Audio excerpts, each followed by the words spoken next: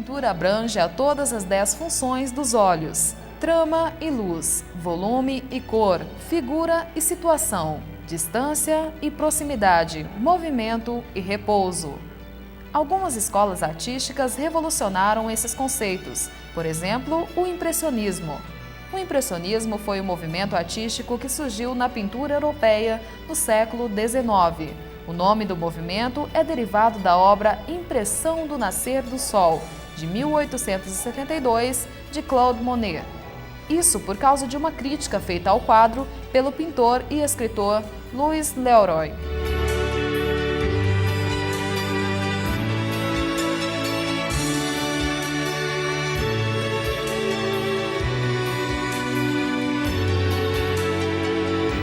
A expressão foi usada originalmente de forma pejorativa, mas Monet e seus colegas adotaram o título, sabendo da revolução que estariam iniciando na pintura. Os pintores expressionistas não mais se preocupavam com os preceitos do realismo ou da academia. Em vez de temáticas nobres ou no retrato fiel da realidade, a obra em si mesma, o foco eram as pessoas, a natureza morta e o cotidiano. Por isso, as obras impressionistas lembram, de certo modo, a fotografia. Para os impressionistas, a pintura era uma representação do instante luminoso da cena observada. A luz e o movimento, utilizando pinceladas soltas, tornam-se o principal elemento da pintura. Geralmente, as telas eram pintadas ao ar livre, para que o pintor pudesse capturar melhor as variações de cores da natureza. Veja o efeito no quadro La Grenouillère. La Grenouillère é um local de banho e esportes à beira do rio Sena, perto de Paris. Renoir e Monet pintaram a mesma cena ao mesmo tempo, cada um com sua impressão do lugar. Um detalhe: Monet faz vários quadros sobre o tema e ainda deu explicações de como fazê-lo. E as inovações do impressionismo não param por aí. Tem ainda o pontilhismo, de Georges Seurat, o fundador do neoimpressionismo, e Paul Signac. Você já ouviu falar dos pontos pixels, aqueles que compõem a imagem na fotografia digital? Pois bem, já anos antes, Georges Seurat aplicou uma técnica que lembra hoje o que chamamos de pixel.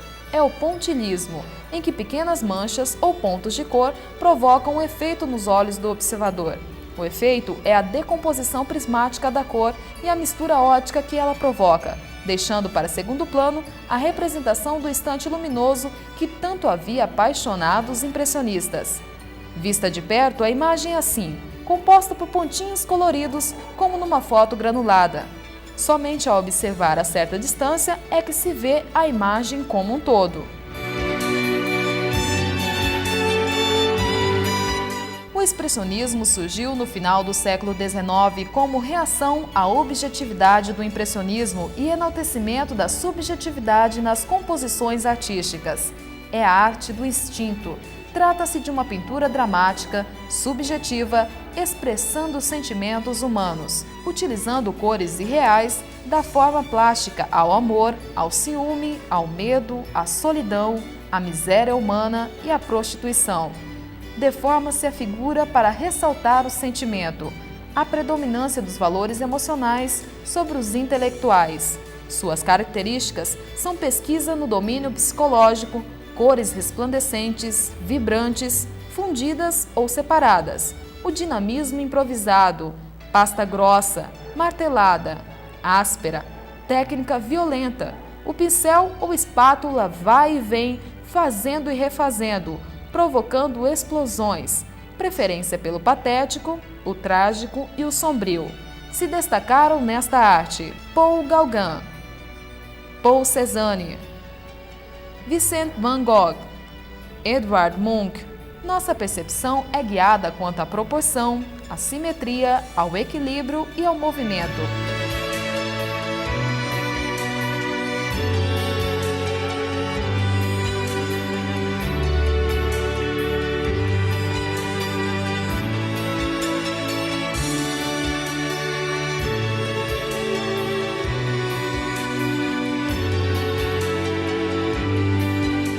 Historicamente, o cubismo originou-se na obra de Cézanne. Para ele, a figura deveria tratar as formas da natureza como se fossem cones, esferas e cilindros. Entretanto, os cubistas foram mais longe que Cézanne. A arte cubista rompe o conceito da arte como imitação da natureza e as regras de perspectiva. Se fundamenta na destruição de harmonia clássica das figuras, na decomposição da realidade e geometrização das figuras. Os corpos e objetos são representados de maneira decomposta e em 3 dimensões, numa superfície plana, sob formas geométricas com o predomínio de linhas retas.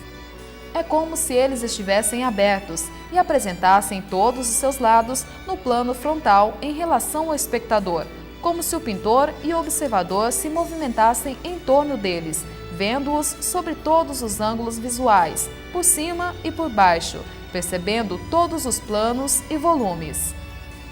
O resultado não tem nenhum compromisso de fidelidade com a aparência real das coisas. Em 1907, com a obra Les Demoiselles d'Avignon, tela polêmica que subverteu o sentido da arte moderna.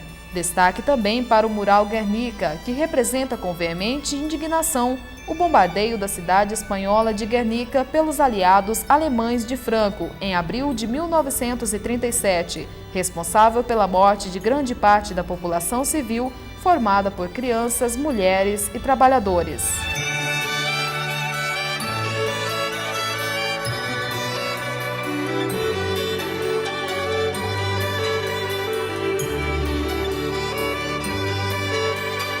Apesar da identificação imediata do cubismo às figuras de Pablo Picasso e Georges Braque, vários outros artistas deram contribuições individuais ao movimento.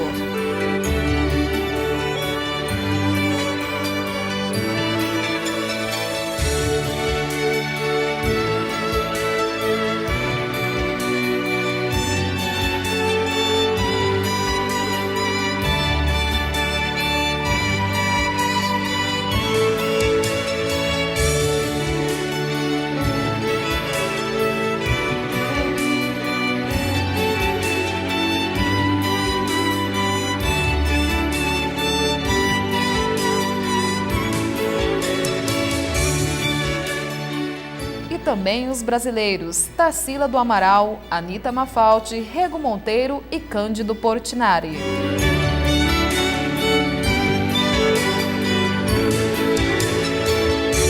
É claro que um assunto tão vasto como este não se encerra aqui.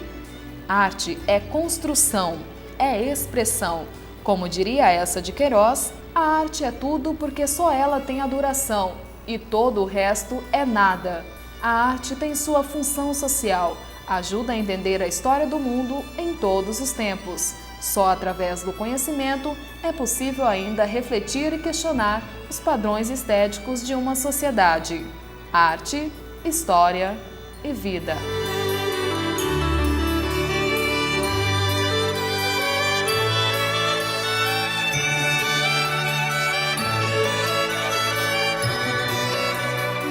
Mesmo para pensar em um mundo sem arte.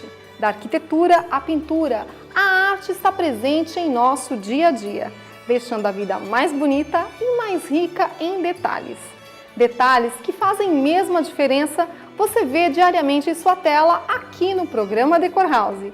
Durante a semana, trazemos as melhores informações sobre arquitetura, decoração, designer e gastronomia. E aos fins de semana, edições com temas especiais como este, sugeridos por você, telespectador.